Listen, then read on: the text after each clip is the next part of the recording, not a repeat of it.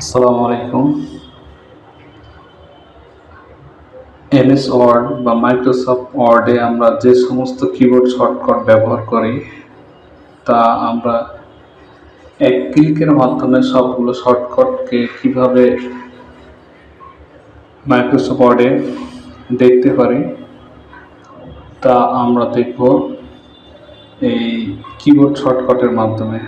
প্রথমে আমরা কিবোর্ড থেকে Alt+F প্রেস করব, এরপর মাইক্রোস অপশন আসবে, এরপর মাইক্রোস নেমে গিয়ে লিখব লিস্ট অফ কমান্ডস, এরপর এন্টার বাটন প্রেস করব, তারপর ওকে লেখাতে ক্লিক করব। তাহলে আমাদের 11টি পেজের মাইক্রোসফট ওয়ার্ডের কিবোর্ড শর্টকাট, যেমন ধরুন আমরা যে কপি করি, পেস্ট করি, কাট করি, সিলেক্ট করি, যে অপশনগুলো দেখায় এরকম ধরনের বিভিন্ন মাইক্রোসফট ওয়ার্ডের